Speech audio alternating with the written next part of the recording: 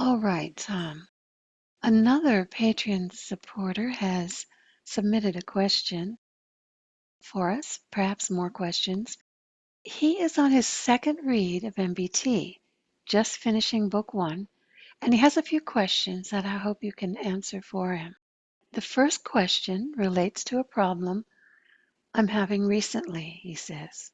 In addition to reading MBT, I saw a show called The Chosen about Jesus and his disciples. I started watching, and Jesus' words so conformed to MBT that I just cried at every episode. It wasn't a sad cry, it was a stress release mechanism and a joyous cry that I could see. Finally, Hollywood being Hollywood, they were able to suck me in, which is their main job. I was engrossed and confused how I could have heard these exact words for the first 20 years of my life and never understood them like I do now. I considered my new interpretations to be a huge blessing, and I'm extremely grateful. Not only did it match MBT, but the nostalgia effect was strong. I was back to being more of a child. So his question comes through as, does the LCS want me to speak to it directly? I interpreted a lot of what you say, a lot of what you wrote, that no one really watches us. They don't really supervise us that much. They care, but not to the extent our self-important nature leads us to believe. I want to give myself the best chance possible to do what's right and what the LCS wants. I would like a relationship with it, and I wish I could find a name for it. All there is, the ultimate consciousness, the creator of the universe. It feels a little bit impersonal to me to call it the LCS, but I am it and it is me. Is it the same relationship as one of my individual arm hairs is to me, or is it deeper than that?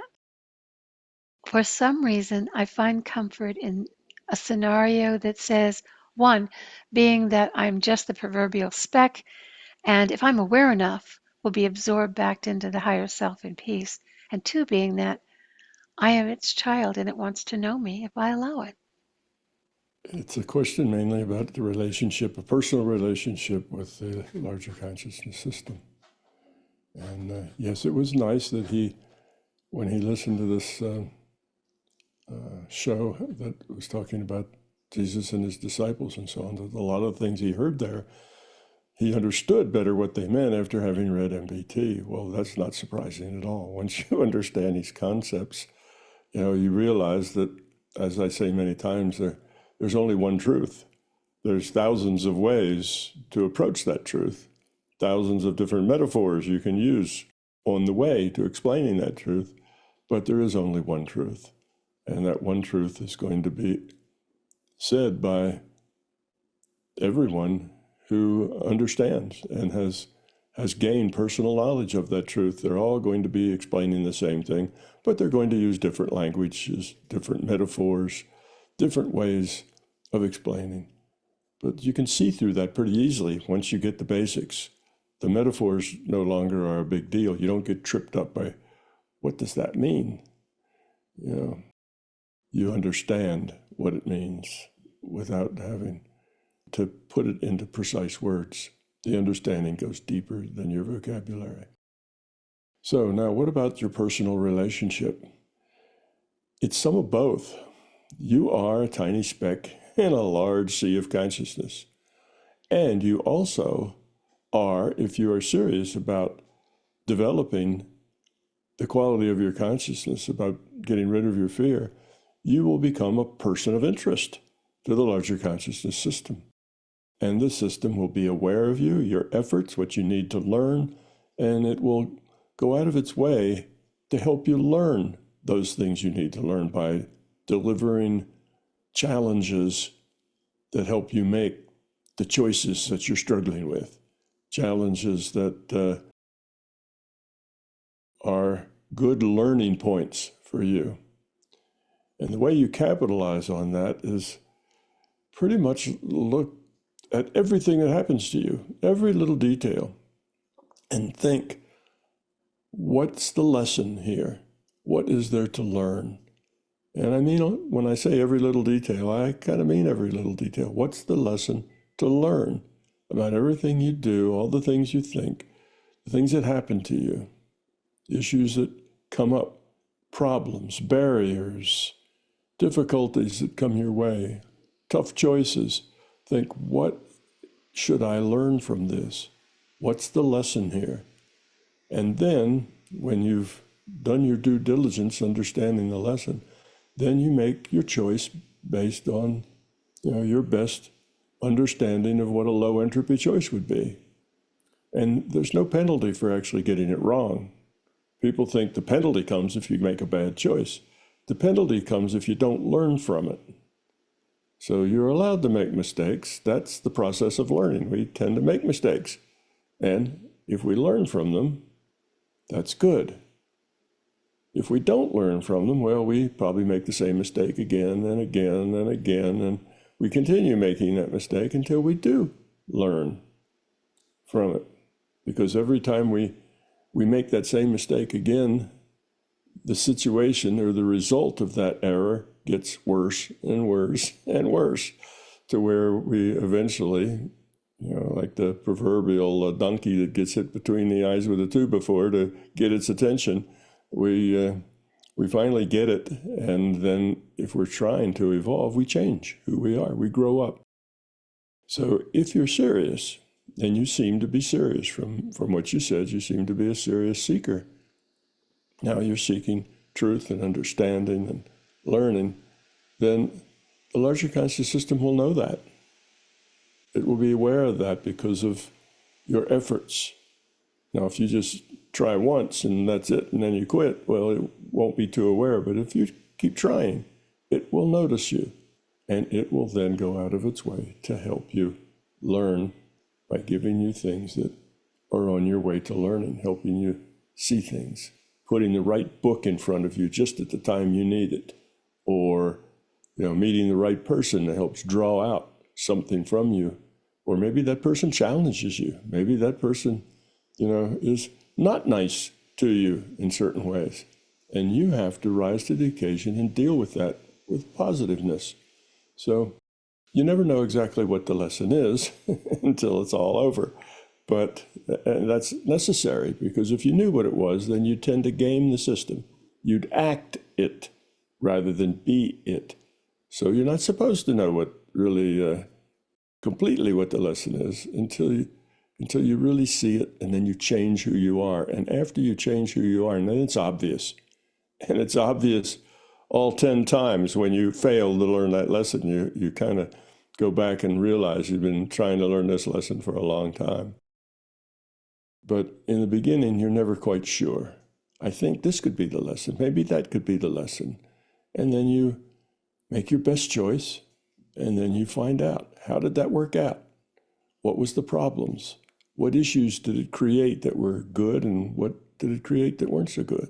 And why? And learn from it. So that's how you get a good personal relationship with the LCS. You get serious about growing up. You don't try to use the LCS to tell you whether it's a good day to go to the grocery store, or run your life or make all your choices for you. You have to make your choices. You have to choose based on your thoughtfulness and the quality of consciousness that you have to this point. And then you learn from it. So you always go forward with your free will and always be aware of the results. Always try to make your best, most positive answer. When I say most positive, I don't mean just for yourself, but for everybody that will be affected by your choice. So that's how you get that good relationship with the LCS. And coming up with a name for it is irrelevant. You can make up a name. Make up a name that you ordinarily wouldn't use for anything else, otherwise it's confusing. If you want to call the larger conscious system George, and you have an Uncle George, then that becomes confusing when you say the name George.